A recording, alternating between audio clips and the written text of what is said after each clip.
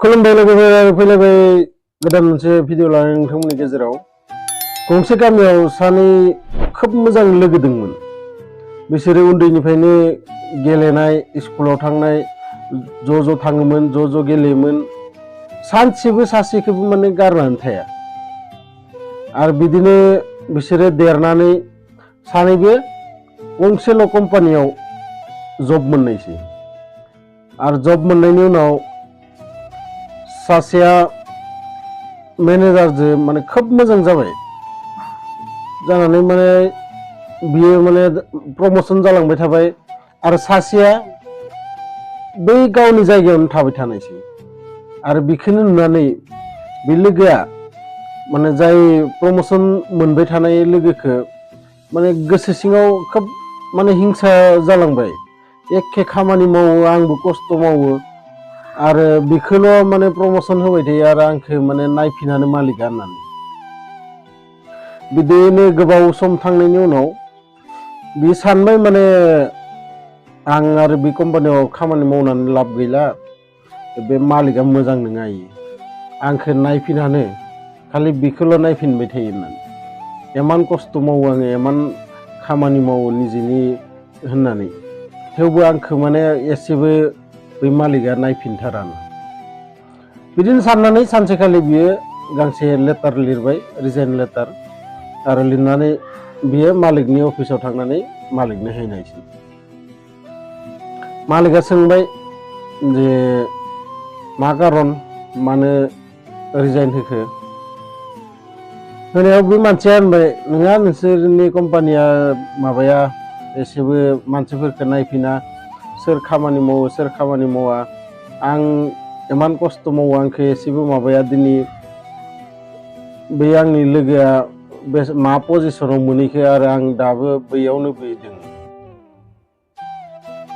बिदि होननायाव आरो मालिका माने बुजिनो बाखि गैला, बे माने मानि थाखाय बे साख्रिखौ रिजाइन होखो। बे मालिका होनबाय, आदसा जायखिजाया नों आं मोनसे लास्ट खामानि मोनसे थिननि, बे खामानिखौ माव नोङो। बिबो आरो सानबाय, आदसा थांनाय खामानिखौ मावनानै थांनि, मा खामानि होयो होनना। बे मानसिया होनबाय, बे एलाकायाव तरबुज सोर फानो, माने बयनिस्राय मोजां तरबुज सोर फानो बेखौ नोङो नायनानै फैदो। बे मानसिया थांबाय, अफिसनिफ्राय थांनानै पुरा एलाका गिदिंजोबनानै मोनसे जायगायाव बे नागिरना मोनबाय जे तरबुज फानो बेयाव। आरो बियो गिदिंना फैनानै मालिकनो खोन्थाफैबाय, ओरै थोरै खोन्था, बै जोंनि अफिसनिफ्राय एसे गोजानाव सासे तरबुज आबादारि दं, बे मानसिया तरबुज फानो। बिदि होननायाव मालिका आरो फंसे बाथ्रा होनलायबाय बिखौ, जे बियो तरबुजखौ मा दामाव फानो सोंनानै फैथाङो। बिदि होननायाव बे मानसिया आरो थांफिननानै सोंनानै फैबाय मोजाङै, मा दाम, मा बेसेबां, मा सब सोंनानै फैनानै आरो अफिसाव फैफिनबाय। बियो फैनानै मालिकनि सिगाङाव खोन्थाफैबाय, सार बियो थाइसे तरबुजआव 30 थाखा करि फानो।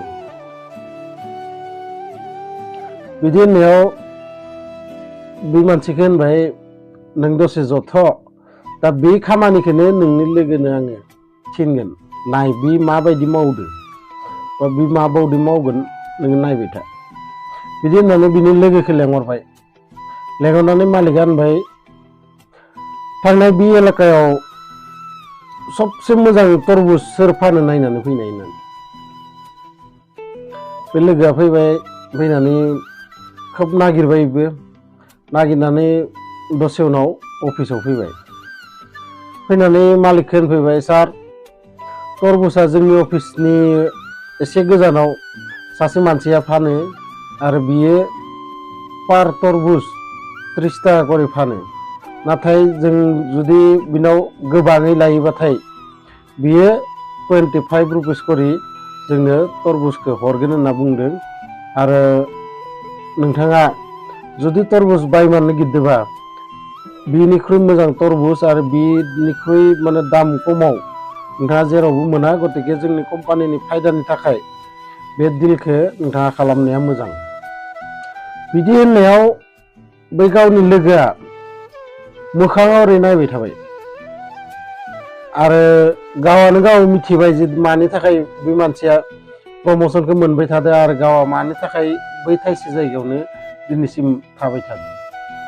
आरो बै मानसियाल' नङा, मालिकआबो आसरित जालांदों। इमान मोजाङै आंनिखे तरबुजल'सो मायाव फानो नायनानै फैनो खोन्थादोंमोन आरो बियो पुरा डिटेल्सखौनो लानानै माबोरै खोन्थाफैदों।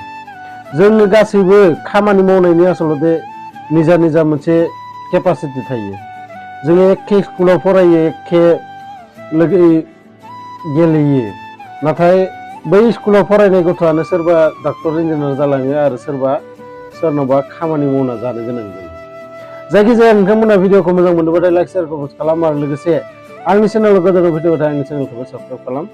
गोजोन्थों।